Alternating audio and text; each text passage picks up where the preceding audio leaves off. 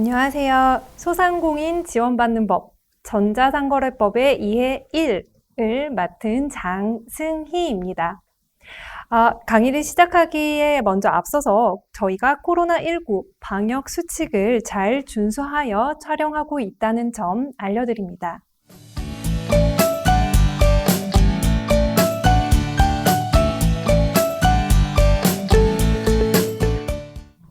먼저 전자상거래. 요즘 온라인에서 물건들 많이 사시죠? 코로나19 사태가 시작된 이후에 사람들이 더 온라인에서 물건을 많이들 구매하고 계시는 것 같아요. 그래서 요즘은 상업 단계에서부터 많은 분들이 오프라인 가게보다는 좀 온라인에서부터 창업을 하시려고 좀 고민하시는 분들이 더욱더 늘어난 것 같습니다. 그래서 전자상거래법은 더욱더 중요한 법이 되었어요. 그래서 전자상거래법에 대해서 우리가 조금 더 알아보려고 할 텐데, 일단은 내가 SNS에서 좀 물건을 팔 것이다. 내 개인 SNS에서. 그리고 저는 네이버 카페에서 좀 공동구매 형식으로 물건을 팔고 싶다. 그런 경우에도 적용이 될까요? 이렇게 생각하시는 분들이 계실 텐데, 적용이 됩니다. 그래서 그렇게 물건을 파시려고 하시는 분도 이 수업을, 이 강의를 꼭 들어주셨으면 좋겠습니다. 그리고 전자상거래법은 조문이 굉장히 많아요. 근데 오늘은 그 중에서도 반품에 대해서 저희가 좀 집중적으로 다뤄보려고 합니다. 반품은 사업자에게도 중요하고 소비자에게도 중요하죠. 사업자 같은 경우에는 내가 소중하게 준비한 물품을 팔았는데 그것이 돌아왔어요. 그래서 내가 이 돈을 돌려줘야 되는지가 문제가 될 것이고, 소비자도 꼭 갖고 싶은 물건이 있어서 샀는데 이 물건이 여러 가지 이유로 마음에 들지 않는다든지 여러 가지 이유로 반품을 하게 되었을 때 내가 돈을 돌려받을 수 있는지, 그걸 좀 고민을 많이 하시더라고요. 그래서 우리가 전자상거래법 중에서도 핵심 중에 핵심, 반품에 대해서 오늘은 좀 알아보도록 하겠습니다. 먼저 그 강의를 하기에 앞서서 조금 사전 지식이 필요해요. 어떤 사전 지식이 필요할까요? 제가 반품에 대해서 강의를 하겠다 이렇게 말씀을 드렸죠. 그랬는데 그 반품이라는 게 물건에 하자가 있는 경우 말고 내 마음이 변했어요. 내가 이 물건을 샀는데 마음이 변한 경우에 이 경우에 반품이 가능한지에 대해서 온라인과 오프라인을 좀 비교해서 알아두실 필요가 있습니다. 먼저 오프라인에서 우리가 좀 옷을 산다? 이렇게 한번 이렇게 좀 가정을 해볼게요. 오프라인에서 좀 제가 지하상가 어떤 매장에서 정장을 한벌 구매한다 이렇게 생각을 해볼게요. 그래서 이제 들어갔어요. 들어가면 이제 사장님께서 이제 이 옷 저 옷 이제 추천을 해주시죠. 추천을 해서 이제 제가 이렇게 대보기도 하고 이제 좀 사이즈를 한번 이렇게 보기도 하고 이렇게 색깔도 보고 이렇게 했는데 사장님이 너무 잘 어울린다고, 이거 한 벌밖에 안 남았다고 할인해 준다고 하세요. 그래가지고 내가 이거를 구매를 해야겠다 이렇게 결심하고 집에 사들고 왔습니다. 근데 집에서 입어보니까 저는 마네킹이 아니잖아요. 그래서 이제 마네킹이 입고 있을 땐 너무 예뻐 보였고, 거기 가게 조명으로 봤을 때는 너무 내가 예뻐 보였던 것 같은데, 집에 와서 입어보니까 이건 아닌 거예요. 막 가족들도 이건 아니래요. 좀 반품을 했으면 좋겠다고 그래요. 이 경우에, 반품이 가능할까? 이 경우에 이제 분명히 또 그 사장님이 이제 말씀을 하시죠. 살 때 이거 한 장밖에 안 남아서 할인해 드린 거니까 교환이나 반품 안 돼요. 이렇게 말씀하셨어요. 그 경우에 이게 반품이 될까? 먼저 한번 생각을 해볼 수 있겠고요. 두 번째, 같은 상황이에요. 근데 온라인이에요. 온라인에서 내가 정장을 구매를 했어요. 물론 정장을 구매할 때 이제 고민을 많이 하죠. 이게 그 사이즈도 한번 볼 것이고 색깔도 볼 것이고, 그래서 내가 이게 나한테 잘 어울릴지 한번 생각을 하면서 열심히 고민하면서 구매를 했어요. 그랬는데 이제 부푼 마음으로 택배가 와서 그 택배를 열어보고 입어봤는데 역시나 또 이제 온라인에서 봤던 그 모델이 아니죠, 저는. 그래가지고 좀 안 어울리는 거예요. 그래서 또 마음이 상한 채로 이제 단순 변심이라고 볼 수 있는데 이제 그런 채로 이제 반품을 하게 되었어요. 이 경우에 어떻게 될까요? 제가 아까 같은 케이스지만 이게 온라인, 오프라인 이렇게 말씀드렸어요. 이 경우에 둘 다 반품이 가능할까요? 이제 말씀을 드리자면 이게 온라인과 오프라인이 다릅니다.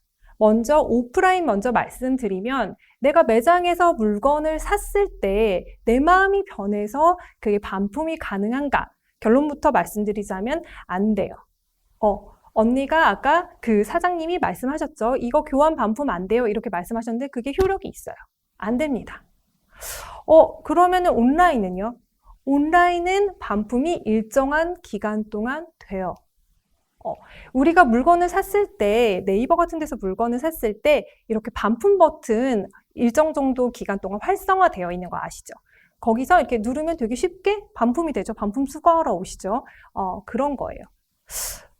근데 우리가 왜 반품이 소비자의 권리다, 오프라인에서의 경우에도 반품이 당연히 된다라고 생각하시는 분들이 많은데 우리가 왜 그렇게 생각을 하고 있는 걸까요? 그거는 우리가 좀 아까 말씀드린 그 지하상가 그런 쪽에서만 이제 그 물건을 사는 것이 아니라 백화점이나 이제 뭐 유니클로 뭐 이렇게 뭐 이케아 뭐 이런 데서 이렇게 물건을 사면 우리가 좀 반품 그 회사들의 반품 정책이 이제 우리를 어떻게 보면은 좀 이제 거기에 길들여진 거죠. 백화점 같은 경우엔 저희가 영수증이랑 물건 가지고 가면 한 뭐 7일 이내에는 이제 반품을 해주죠. 내 마음이 변했다는 이유로 반품을 받아줘요. 그리고 아까 말씀드린 뭐 이제 그런 뭐 유니클로랑 이런 뭐 자라 이런 곳에서는 한 달까지 이제 해주더라고요. 그리고 이제 이케아 이런 곳에서는 심지어 1년 뭐 이렇게 해줍니다. 내 마음이 변했다는 이유로. 그래서 우리가 그런 것들을 봤을 때 좀 오프라인에서도 당연히 우리가 반품이 된다고 생각하지만 그것은 사실이 아니다. 그것은 그냥 그런 기업의 정책이다. 이런 것들을 기억해 주시면 좋겠습니다. 온라인이랑 오프라인이 다르구나. 이걸 좀 알아두시면서 이제 법 규정을 한번 볼게요. 법에서 청약철의 원칙 이렇게 돼 있어요. 반품 알겠는데 대체 청약철회란 무엇인가? 청약철회 반품이에요, 반품인데 왜 청약철회라고 했는지 이제 뭐 잠깐 말씀을 드리면 이제 계약이라는 거는 이제 내가 살게요 이렇게 청약을 했어요. 내가 저 물건을 사겠습니다 이렇게 청약을 하면 이제 이쪽에서 그래요 팔게요 이제 승낙해가지고 이렇게 계약이 성립이 되는 거예요. 이건 절대 이렇게 딱 붙어가지고 깰 수가 없어요.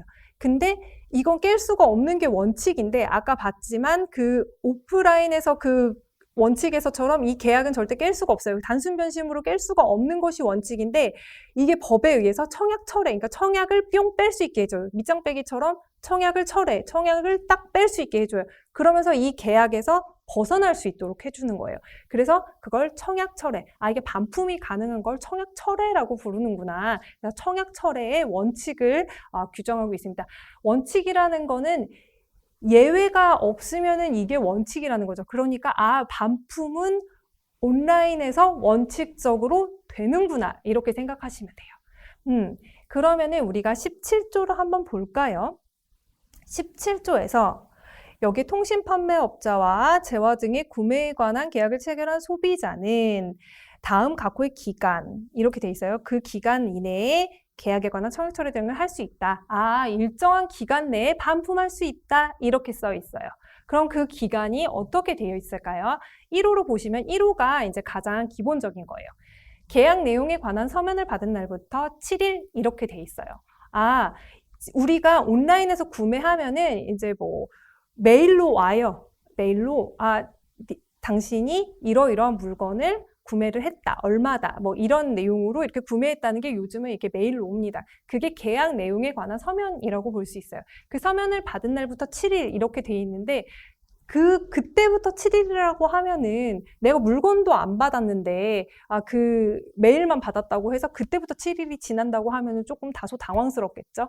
그래서 그 뒤에 보면 다만 이렇게 되는데 그 서면을 받은 때보다 재화의 공급이 늦게 이루어진 경우 이제 물건이 늦게 온 경우 당연히 메일이 먼저 오겠죠. 그 물건보다는. 그래서 물건이 늦게 온 경우에는 그 물건은 이제 그 집에 왔을 때 공급받거나 제휴 등 공급된 시작된 날부터 7일 이렇게 돼 있는데 그러니까 물건이 우리 집에 온 날로부터 7일이에요. 7일. 7일 안에 이제 내가 반품할게요. 이렇게 이야기할 수 있다. 근데 이제 이런 경우 있어요. 어떤 분들은 온라인에다가 이거 도착까지 7일이어야 된다. 내가 사업자한테, 그러니까 네가 받고 나한테 다시 사업자한테 다시 돌려주는 기간이 7일이어야 되는데 그 7일 이내에 이렇게 나한테 가져와야 돼. 나한테 도착해야 돼. 이렇게 해주시는 분이 있는데 그건 안 돼요. 이거는 그 소비자가 그 물건을 받고 7일 동안 이걸 고민할 수 있는 거예요. 그래서 7일 이내에만 말하면 돼요. 내가 이거를 반품하겠습니다. 이렇게 말할 수 있는 거예요. 그래서 사업자한테 도착하는 날까지 아니에요. 그리고 이제 2호랑 3호 같은 경우는 이제 그 조금 1호가 원칙이고 예외적인 경우예요. 만약에 아까 말씀드린 내가 계약을 했는데 그 계약 내용에 관한 서면 그 메일이 안 왔어요. 그 메일이 안 온 경우, 그 다음에 메일이 오긴 왔는데 그 주소가 안 적혀 있어요. 반품해야 되는데 주소도 안 적혀 있고 이러면 안 되겠죠. 아니면은 중간에 이제 내가 물건 사고 그 사업자가 주소를 바꿔버렸어요. 그래가지고 내가 청약 철회를 못했다, 할 수가 없었다, 이런 경우에는 이제 그 주소를 안 날 또는 알 수 있었던 날부터 7일까지는 이제 그 청약 철회할 수 있다, 반품할 수 있다, 이렇게 되는 거예요. 3호 같은 경우에는 이러면 안 되시겠죠. 청약 철회 등에 대한 방해 행위가 있는 경우, 이거를 반품을 막 방해했어요. 그런 행위를 하면 안 되겠지만 했다면 그 행위가 종료한 날로부터 7일 동안은 반품 받아줘야 된다. 이렇게 지금 청약 철회 원칙 이렇게 돼 있어요. 그러니까 2, 3호 같은 경우는 조금 예외적인 케이스고 한마디로 그 소비자가 물건을 받고 7일 이내는 청약 철회할 수 있다. 반품할 수 있다. 이렇게 기억해 두시면 돼요.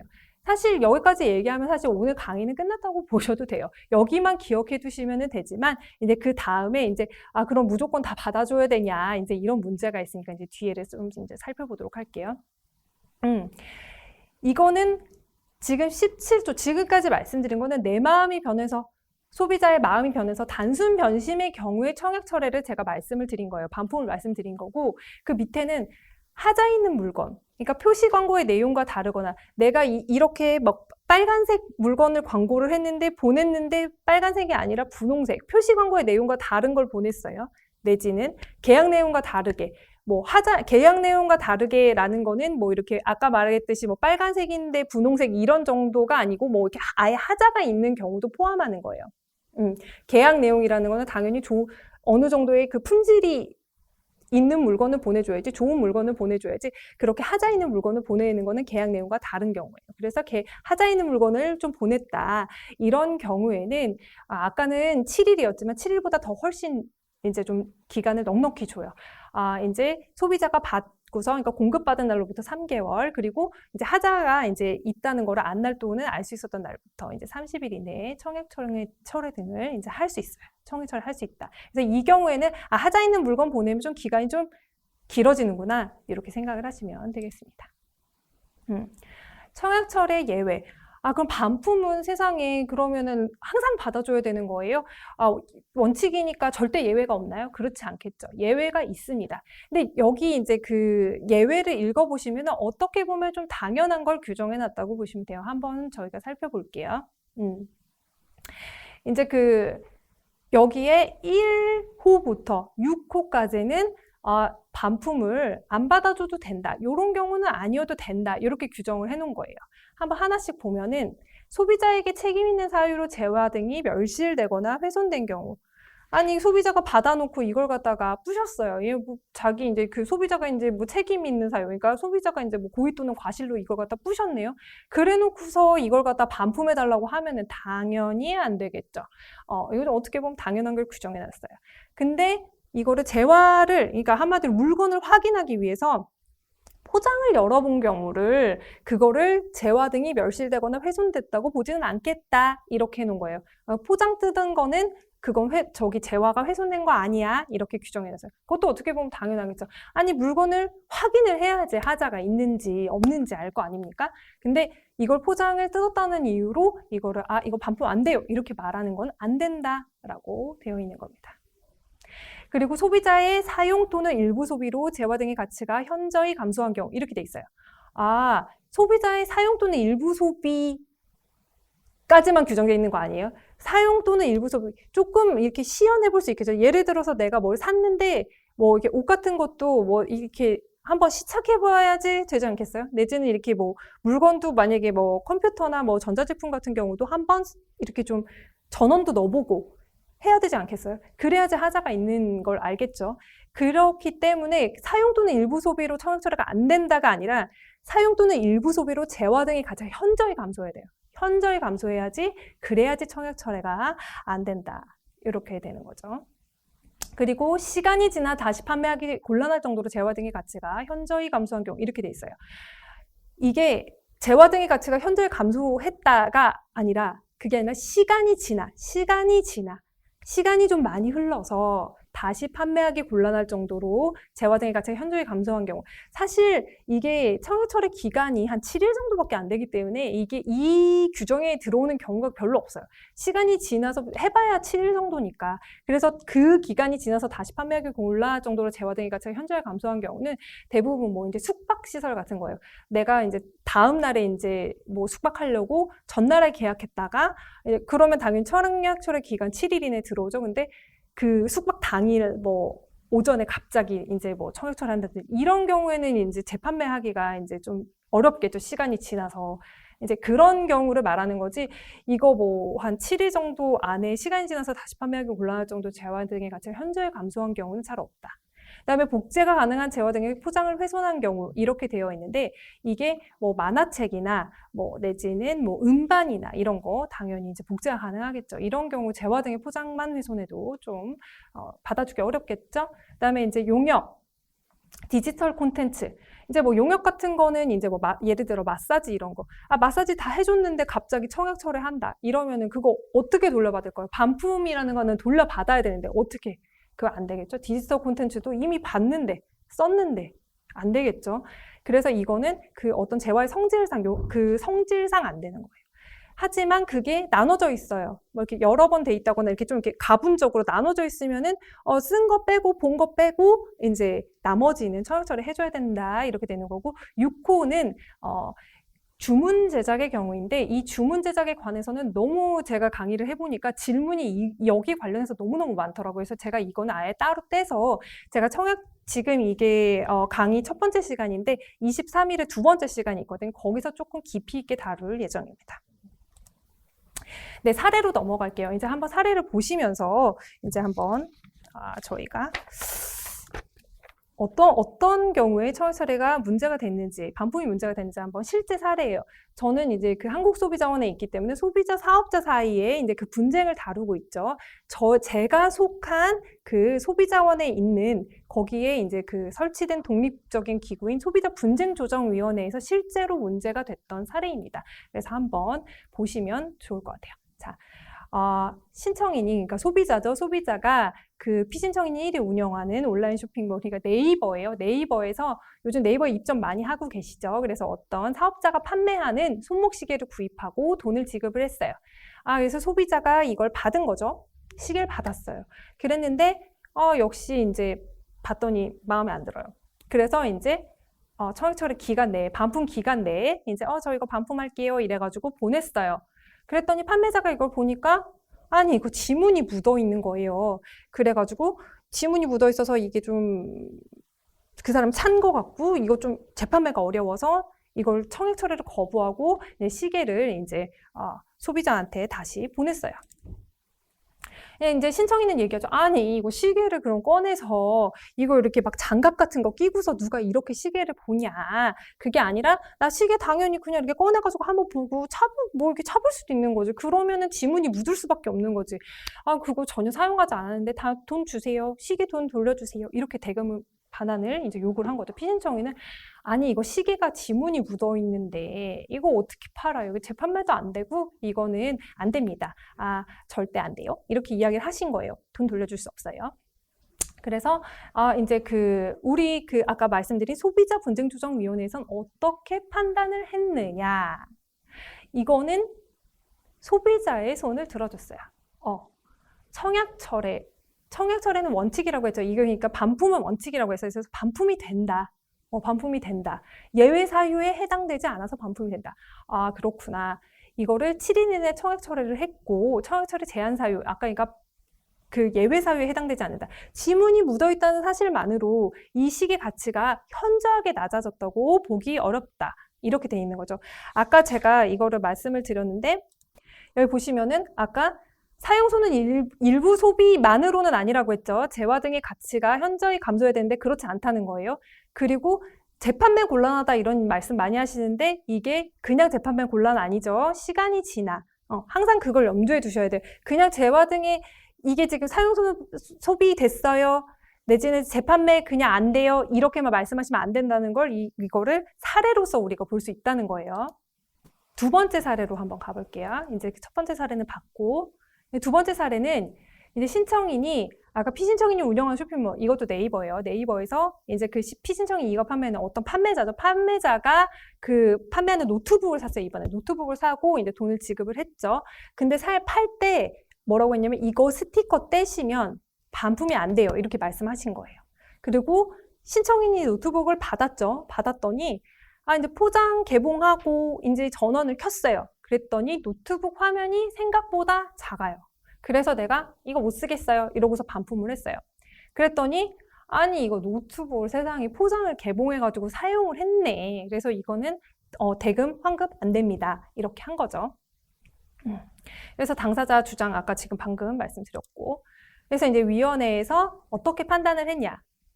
이것도 적법한 청약 철회로 봤어요. 아까 제가 앞으로 돌아가서 말씀드렸죠. 이게 일부 사용이나 일부 소비만으로는 청약 철회 제한이 안 된다. 그러니까 이거 예외 사유 아니다. 그렇게 재화의 가치가 현저히 낮아져야 되는데 감소를 해야 되는데 그런 경우냐. 이거 한번 이렇게 켜고 한번 이렇게 좀 써봤다. 이런 거 가지고 반품 안 받아주면 안 된다는 거예요. 그리고 아까 포장을 이렇게 열었다고 했는데 아까 그 규정이 있었죠. 이게 포장을 그냥 연 것만으로는 이게 재화를 훼손한 경우로 보지 않는다고 아까 말씀드렸어요. 그래서 이제 그런 거를 기억을 하셔야 될 것 같고, 그 다음에 스티커 제거하는 경우에 청약 철회가 불가하다. 이런 거는 안 돼요. 이게 지금 그 반품에 관한 규정은 이거를 위반해서 이거에 반해서 이거와 다르게 이렇게 소비자의 권리를 좀 이렇게 약화시키는 것으로 이렇게 둘이 만약에 계약을 했다고 하더라도 그건 무효화되도록 법에 규정되어 있어요. 그래서 스티커 제거하는 경우 반품 안 된다. 이거는 사실 그 반품 예외 규정에 아까 없었잖아요. 그거는 사업자가 만든 거죠. 이거 스티커 제거하면 안 돼요. 라는 거는 자기가 법과 상관없이 내가 청약 철회를 반품이 안 된다는 사유를 자기가 만든 거예요. 그렇기 때문에 이거는 안 돼요. 그래서 이런 거는 통하지 않는다. 이런 건 받아들여주지 않는다라는 거예요. 근데 이제 그 포장 같은 경우에 이제 그 훼손하는 경우에 조금 이제 좀 여러 가지 문제가 있을 수 있는데 그거는 이런 경우 있어요. 택배 박스에다가 어떤 분들은 택배 박스 열면 그 안에 있는 그 내용물 박스 말고 택배 박스라도 열면 안 된다. 이런 걸 막 스티커로 붙여주시는 분들이 있어요. 안 되겠죠. 물건을 보기 위해서 이렇게 포장을 해체하는 거 괜찮다고 했는데 택배 박스만 풀어도 안 된다는 거를 그걸 스티커를 붙여놓는다고 해서 되겠어요? 안 되죠. 그러면 그 택배 박스 말고 그 안에 있는 그 내용물 박스 같은 경우도 마찬가지겠죠. 물건을 확인하려면 그 내용물 박스를 열어봐야 되니까, 그 제품 박스 열어봐야 되니까, 그것도 거기다 아무리 뭐 스티커를 붙이고 뭐 이렇게 설명을 붙여주신다고 해도 안 되겠죠. 하지만 이런 경우 있을 수 있어요. 그 박스 자체에 정품 인증 기능이 있는 경우가 있어요. 그런 경우에는 이걸 갖다가 뭐 이렇게 뜯었거나 훼손했거나 하는 경우는 조금 재화를 훼손한 경우랑 같이 보겠다라고 하는 것이 우리 위원회나 공정거래위원회의 입장이다. 이렇게 보시면 되겠어요. 그 다음에 이제 마지막 사례인데요. 전자제품. 사실 전자제품에 관한 사례가 좀 되게 많고 정말 많고 좀 되게 첨예하게 대립을 하고 있는 것 같아요. 이거는 뭐 사업자뿐만이 아니라 그 제조사 측에서도 굉장히 예민한 문제로 받아들이고 있기는 한데 어떻게 보는지 한번 보겠습니다. 신청인이 피신청인이 운영한 홈페이지에서 그러니까 사업자한테 핸드폰을 샀어요. 이 핸드폰 특히 되게 예민한 부분인데 그러고서 이제 돈을 줬죠. 그랬는데 이걸 핸드폰을 받아봤는데 역시 마음에 안 들었어요. 단순 변심이에요. 단순 변심을 이유로 청약 철회 의사를 그러니까 반품하겠다 했어요. 사업자가 핸드폰을 받았죠. 그랬더니 외부 박스, 내부 박스 다 열었고 액정 보호 필름을 붙였다 뗐고 네. 이런 상태에서 반품이 들어온 거예요. 그래서 이제 그 소비자는 아니 나는 뭐 핸드폰을 훼손한 적도 없는데 대금을 돌려주세요. 이렇게 한 거고 피신청인은 이 정도면은 뭐 제품이 훼손됐다고 봐야죠. 그러니까 재판매가 불가한 상태죠. 환급 안 됩니다. 이렇게 한 거죠. 위원회에서 어떻게 봤느냐? 이건 적법한 청약철회다. 이렇게 본 거죠. 핸드폰을 공급받은 날로부터 7일 이내에 내가 반품하겠다고 이야기를 했고 그 다음에 이거를 만약에 네가 이게 훼손이 됐다고 한다면 만약에 이게 소비자의 책임 있는 사유로 훼손이 됐다고 한다면 그거는 사업자가 입증을 해라. 이거를 훼손이 됐고 이게 그 소비자의 어떤 책임 있는 사유라는 거를 사업자가 입증을 하라. 그렇게 법에 되어 있거든요. 근데 그런 게 아니다. 그리고 이건 아까 말씀드렸던 뭐 재활 등의 가치가 현저히 낮아졌다거나 일부 사용 소비를 해서 뭐 재활 등의 가치가 엄청 낮아졌다거나 이렇게 보지 않아요.